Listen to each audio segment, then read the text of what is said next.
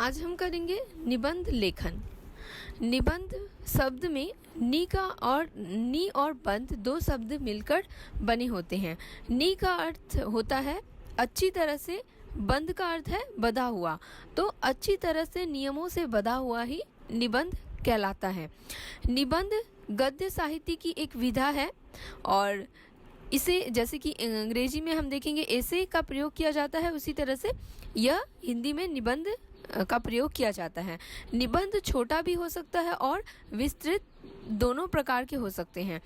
किसी भी विषय पर लिखी गई वह रचना जिसमें विषय वस्तु से संबंधित विचारों को विस्तृत अर्थात विस्तार से और क्रमबद्ध रूप से इस प्रकार प्रकट किया जाए जिससे उस विषय से संबंधित सारगर्भित सारी जानकारी हमें प्राप्त हो, उसे कहेंगे निबंध।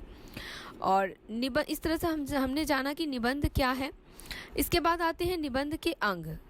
निबंध के अंतर्गत 3 अंग आते हैं।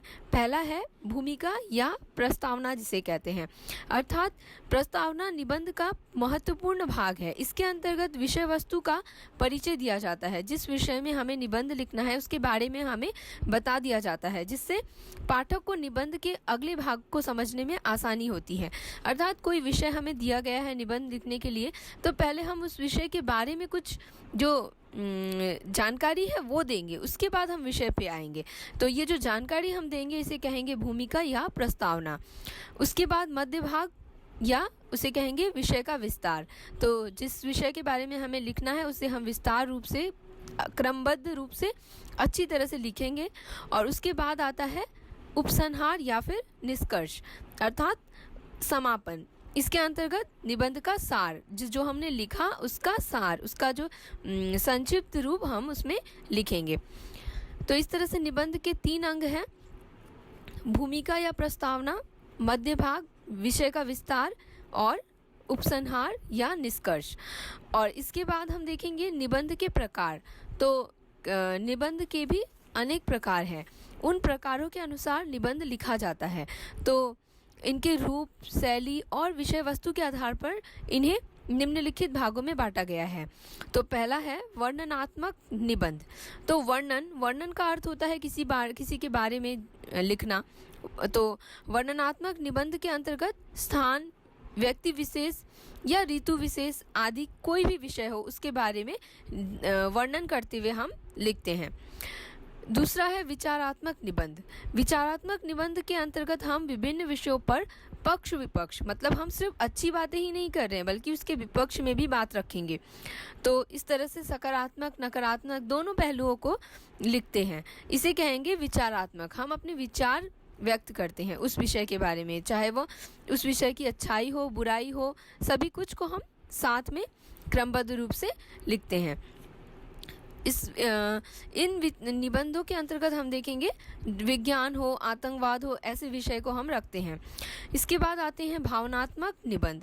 भाव अर्थात जो हम फीलिंग कहेंगे जिसे, तो अपनी भावनाओं को व्यक्त करने के लिए इसमें भावनाएं प्रधान होती है। तो इसमें जो विषय दिए जाते हैं उनमें अपनी भावनाओं के अनुसार उससे लिखना होता है क्रमबद्ध रूप में, तो इसे कहेंगे भावनात्मक निबंध। इसके बाद है व्याख्यात्मक या फिर विश्लेषणात्मक निबंध। तो व्याख्या करना या फिर उसका विश्लेषण करना। तो इस प्रकार से जिस निबंध में विषय की व्याख्या की जाए, उसका विश्लेषण किया जाए, उसे कहेंगे विश्लेषणात्मक या व्याख्यानात्मक निबंध।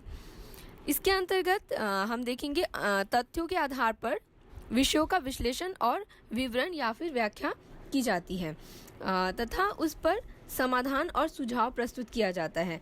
और इस प्रकार के निबंध में हम देखेंगे अब जो तथ्यों को रखा जाता है और उन तथ्यों के आधार पर समाधान भी प्रस्तुत किया जाता है। जैसे कि विषय है कि आज की जो समाज में जो अंधविश्वास का बढ़ता दायरा, तो उस विषय में हम अपने तथ्यों को रखेंगे और तथ्यों के बाद में हम उसका समाधान भी प्रस्तुत करेंगे कि कैसे इसको हल किया जा सकता है। तो इस तरह से इन निबंधों में इस तरह से लिखा जाता है। इसके बाद आते हैं निबंध लिखने हेतु जो चरण होते हैं, किस तरह से एक एक चरण को पार करते हुए निबंध को लिखा जाता है और निबंध पूर्ण किया जाता है। तो पहला है दिए गए शीर्षक का अध्ययन। पहले हम देखेंगे कौन सा शीर्षक हमें दिया गया है, उस शीर्षक के बारे में हम थोड़ा अध्ययन करेंगे, सोचेंगे कि हम उसके बारे में क्या जानते हैं। और उसके बाद हम देखेंगे संकेत बिंदुओं को। जो संकेत बिंदुएं होती है, हम देखेंगे परीक्षा में कई बार जब विषय दिए जाते हैं, विषय के साथ संकेत बिंदु भी दिए जाते हैं, पर विद्यार्थी क्या करते हैं, छात्र क्या करते हैं, उन संकेत बिंदुओं की तरफ अपना ध्यान नहीं रखते, जबकि उन संकेत बिंदुओं को ध्यान में रखकर ही हमें शीर्षक या फिर जो निबंध हमें लिखना है उसको पूर्ण करना होता है। तो इससे जो निबंध हम लिखने जा रहे हैं उसके विषय के साथ हम जुड़ पाते हैं। उसके बाद है निबंध का प्रारूप अथवा रूपरेखा तैयार करना। निबंध हमें किस तरह से लिखना है, इसका प्रारूप रूपरेखा हमें पहले मन में सोच लेना होगा, उसके बाद हमें शुरुआत करनी होगी। उसके बाद है क्रमबद्धता। पहले ही कहा गया है कि नियम में विषयों को क्रमबद्ध रूप से लिखा जाए ताकि कोई भी क्रम आगे पीछे ना हो और जब हम उसे पढ़ें तो हमें वह क्रमबद्ध लगे। उसके बाद है शब्द चयन और भाषा शैली। तो निबंध लिखने के लिए शब्दों का प्रयोग भी सोच समझकर करना होगा। शब्दों का चुनाव और भाषा भी शुद्ध होनी चाहिए। ऐसा नहीं है कि हम उसमें मात्रागत त्रुटि या फिर व्याकरण के जो गलत प्रयोग करें। तो समय सीमा परीक्षा में दिए गए जो निबंध होते हैं उनमें कुछ शब्द सीमा दी गई होती है, या तो 100 से 150 शब्द या तो 200 से 250 शब्द। तो उनका पालन करते हुए हम उनके अनुसार लिखेंगे। जैसे कि पहले ही बता दिया गया है कि निबंध छोटे भी हो सकते हैं और बड़े भी हो सकते हैं, तो पर उनमें क्या होनी चाहिए, विषय सटीक होना चाहिए, भाषा सही होनी चाहिए, भाषा का चयन सही होना चाहिए और वह क्रमबद्ध रूप से होने चाहिए। इस तरह से ध्यान में रखते हुए हमें जितनी शब्द सीमा दी गई है उस आधार पे हमें निबंध लिखने चाहिए। उसके बाद है मुहावरे या सुक्तियों का प्रयोग। तो अगर कथन के अनुसार हमें मुहावरे और सुक्तियां डालनी है तो हमें उसका आवश्यकता अनुसार प्रयोग करना चाहिए, आवश्यकता से ज़्यादा नहीं। उसके बाद है उपसंहार अथवा निष्कर्ष। निबंध का अंतिम चरण है यह, और इसके अंतर्गत हमने जैसे कहा कि जो विषय हमने लिखा है उसका सार हम यहाँ पे प्रस्तुत करेंगे। तो ये बातें हैं, ये चरण है जिसके आधार पर हम निबंध लिख सकते हैं। अब कुछ बातें ऐसी है जो कि निबंध लेखन के में ध्यान में रखनी ज़रूरी है।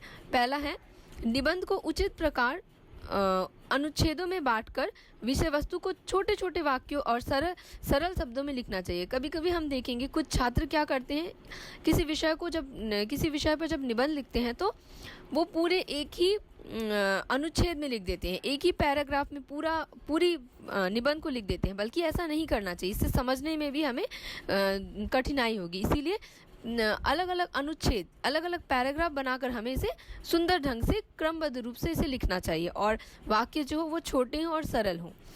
इसी तरह से दूसरा है वर्तनी की दृष्टि से हमें शुद्ध शब्दों का ही उचित स्थानों पर प्रयोग करना चाहिए। विराम चिन्ह कहाँ लगाने हैं इसका ध्यान रखना चाहिए, और जो शब्द कठिन है उसका प्रयोग हमें नहीं करना चाहिए, उससे बचना चाहिए और सरल भाषा का ही प्रयोग करना चाहिए। इसके साथ और जो बातें ध्यान रखनी जरूरी है वह है संकेत बिंदु जो होते हैं उनको ध्यान में रखकर उनका पालन करते हुए हमें निबंध लिखना चाहिए।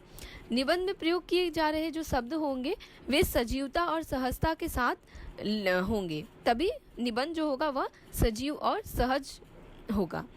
समय सीमा का ध्यान रखना अति आवश्यक है। जैसे कि पहले कहा गया है कितने शब्द दिए गए हैं उनको ध्यान में रखना ज़रूरी है। अगर हम कम शब्दों में लिख देंगे तो वो भी सही नहीं है, और अगर हम ज़्यादा शब्दों में लिखेंगे तो वो भी गलत है।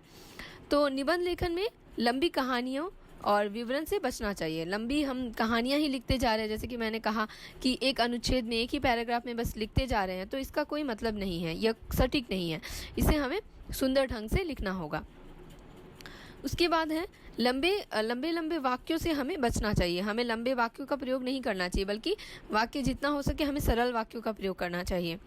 उसके बाद है उचित स्थान पर जो कथन या फिर जो संदर्भ प्रयोग करना है उसे प्रयोग करना चाहिए, उसे अनुचित स्थान पर नहीं प्रयोग करना चाहिए। तो ये रहे निबंध लेखन में रखने वाली ध्यान में रखने वाली बातें।